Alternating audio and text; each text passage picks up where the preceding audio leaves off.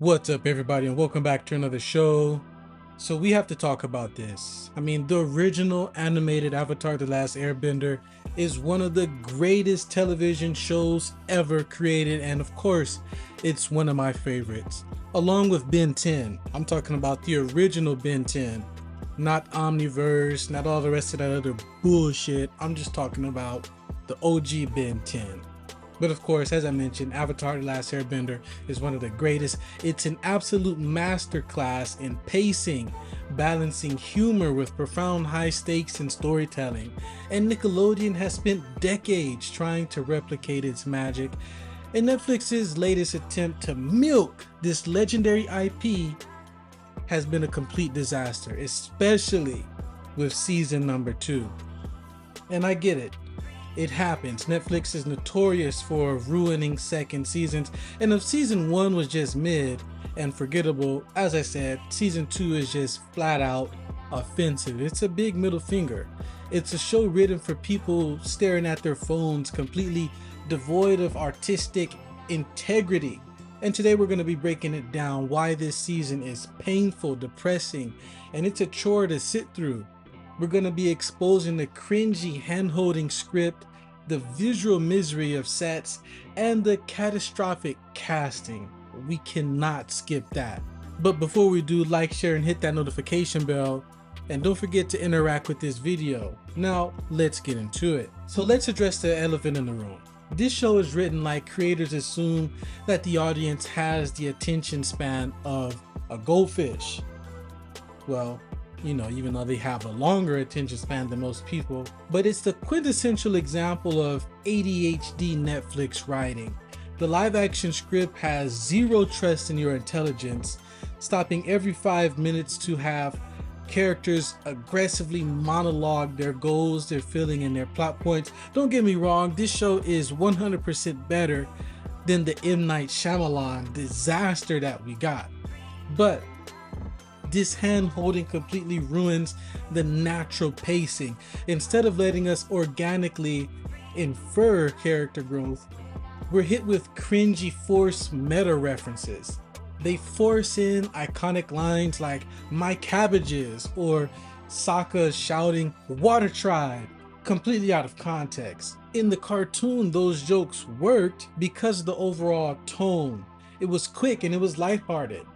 But in this live action version where every episode feels like a somber therapy session, these cartoonish one-liners land with an incredible, awkward, cringy thud at the end. Like, come on, what the fuck was that? Basically. Visually also, it's a complete bore. Every set looks tight, cramped, and artificially small compared to the vast scale of the animation. I mean, we saw that CGI mess where Aang was fighting Azula and he fucking caught all those, he rock bended all those green crystals. I mean, what the hell was that? What was that? And to make matters worse, the show is plagued by modern TV's obsession with dull, muddy, earthly color grading. It just makes everything look incredibly flat and ugly, relying on simplistic, lazy shot reverse camera angles of two people standing side by side talking. I mean, if you want a masterclass on how to actually adapt a massive world, look no further than One Piece, the live action. It's bright, vibrant, and bursting with scale. Avatar Season 2, however, is a visual cemetery. It's fucking terrible. It's ugly. So let's move a little bit away from how terrible the show looks, and let's talk about how this show ruined Aang and Iroh. So in the writer's room, apparently they decided that the only way to make a character feel deep was to completely make them clinically depressed. The lighthearted, adventurous spirit of the original is completely dead with this show. So let's talk about Aang a little bit. So instead of him being a cheery, energetic kid carrying the weight of the world on his shoulders with a smile, live action Aang is whiny. He's insufferable. He's a fucking crash out. Most of his memorable scenes consist of him complaining, whining, or actively yelling at his friends. Like getting furious at Katara for secretly using nettles to heal a sick child. And we can't forget Sokka. He's reduced to a hollow vessel of grief, constantly staring off into the middle of fucking nowhere and disassociating over Yue's death. It drags out the pacing. It's a short 7-episode season. It makes it into a fucking short 7 season. It just ruins it. Feels like the show is crawling instead of walking, instead of moving on. And we can't forget about Uncle Iroh. I mean, this is the ultimate betrayal of character writing, is what they did to him. They did him absolutely dirty. In the animated series, Iroh is a happy-go-lucky, tea-loving uncle. His trauma is, or was, deeply buried, making the legendary Leaves from the Vine scene in Ba Sing Se an incredibly powerful, devastating break in facade, in his facade really. But in the live action, there is no facade. He's depicted as depressed and struggling with PTSD from the first episode, from episode 1, when you show him crying and mourning his son without any prior buildup of warmth.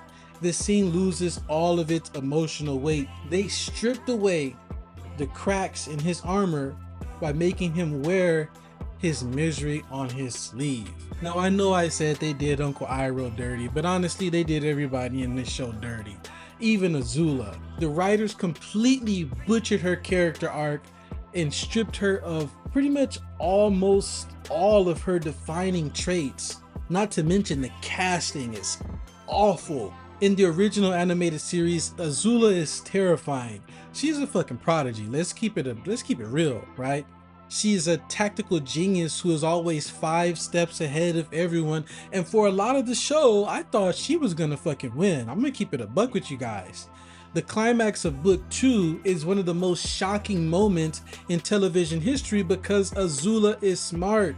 She snipes Aang with lightning the exact second he's vulnerable mid-transmission to the avatar state. I mean, that's amazing. The live action version completely ruins this. Instead of being clever, Aang fully enters the avatar state, goes absolutely wild, and easily overpowers everyone. In an incredibly out of character, bizarre, violent move, Aang literally uses airbending to choke Azula. The only reason Azula gets her shot off is because Aang suddenly snaps out of it. He stops choking her and she gets lucky.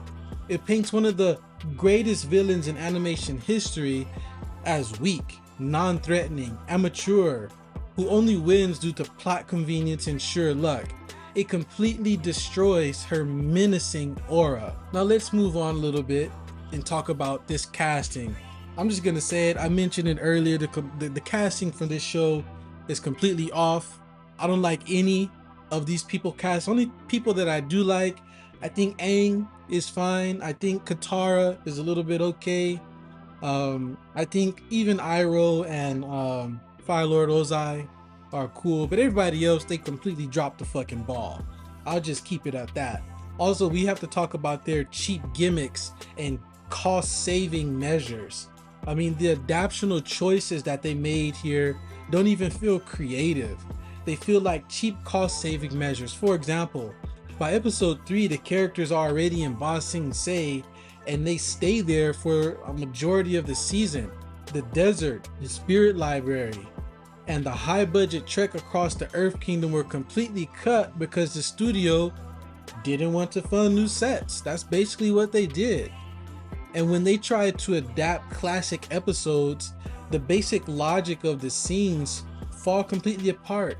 Take the Serpent's Pass. In live action, they have Appa with them. Why on earth would Sokka and Aang lead a group of vulnerable refugees and children on a highly treacherous, deadly hike through a mountain pass when they have a giant flying bison that could easily ferry everyone across in a fraction of time? I mean, the narrative logic is completely broken just to force a check mark on a list of animated scenes, basically. Even Toph, I forgot to talk about her character, be honest, and I do think that I think she's cast decently in terms of her physical look.